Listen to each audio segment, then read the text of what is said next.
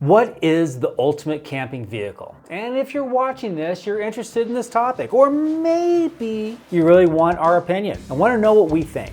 Possibly, like us, you just kind of love the K vehicles.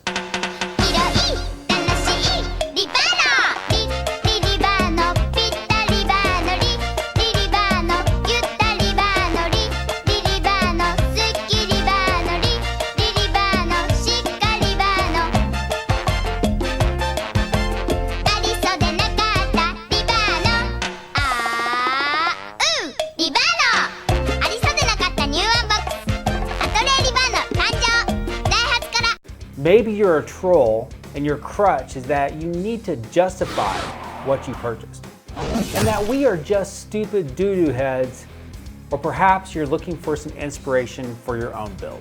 Regardless, is this the ultimate camping vehicle?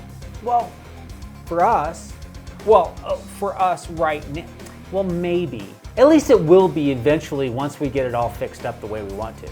We have some big mods planned for it, including this roof rack. In the future, we might put a roof tent on it, maybe get some traction boards, maybe attach a couple of jerry cans to Oni Kikai.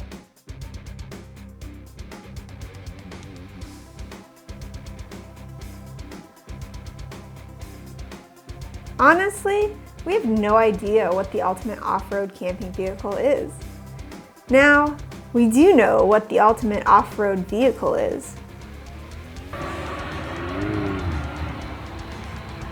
It's a 1967 VW Fastback that did the Baja 1000 twice, and even raced the WRC Mexico stage in 2002. That's World Rally Championship if you don't know. And yes, we own it, and hope to do some racing in the future. But in the world of camping, there is a lot to choose from.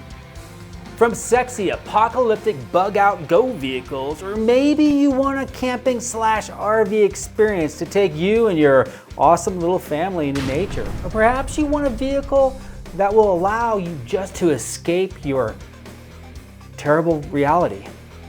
For us, there are 3 factors that kind of drive every decision we make in life. The first is what we call the squirrel factor. Squirrel!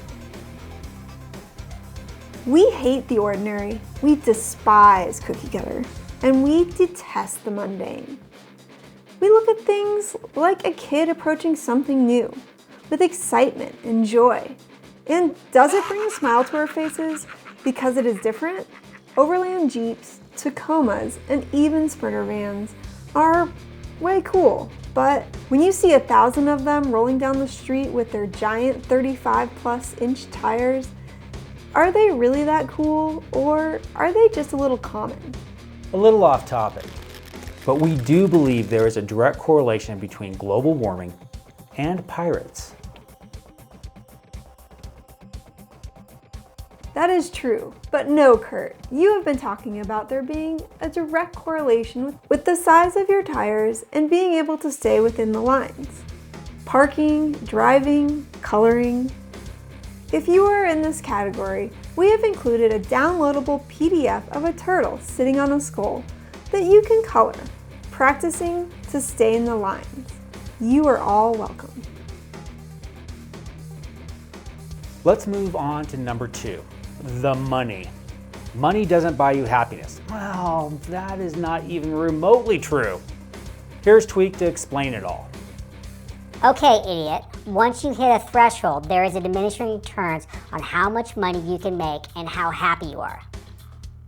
So, you want to make $200,000 a year, live large, in a big house, 5 cars, you want to be a rock star? There is a cost associated with making money to the value of your time that you trade for working. Furthermore, dummies, the more things or more expensive things do not necessarily equate to a better or an increase in quality of life.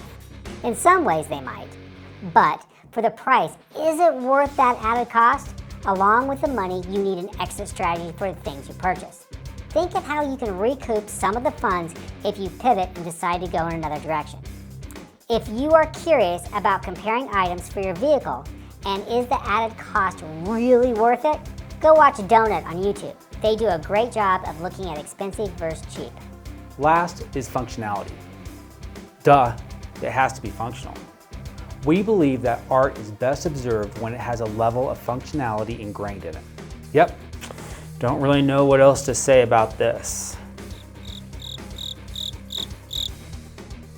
So now that you all know how we make decisions, we research, we crunch the numbers, we throw our information into a spreadsheet. Then we drink some beer. Beer. And after a few nights, if we still have a smile on our face and we can justify the cost, we throw caution to the wind and we buy it. This is how Oni Kikai became ours. Number 1.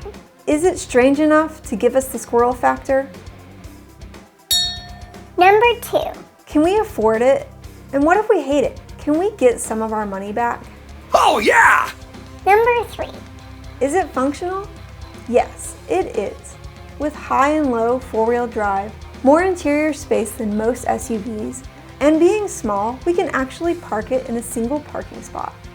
Yes, we did practice coloring the turtle to get better at it. Is a K vehicle the ultimate off-road camping vehicle? Maybe, maybe not. I don't know, but it sure is a hell of a lot of fun. Our van might be slow and it might not be able to climb Pritchett Canyon in Moab, but it makes us smile and definitely is not mundane or boring. Do things that are not boring. Watch our next video as we drive to Estes Park, Colorado and try to go to Rocky Mountain National Park.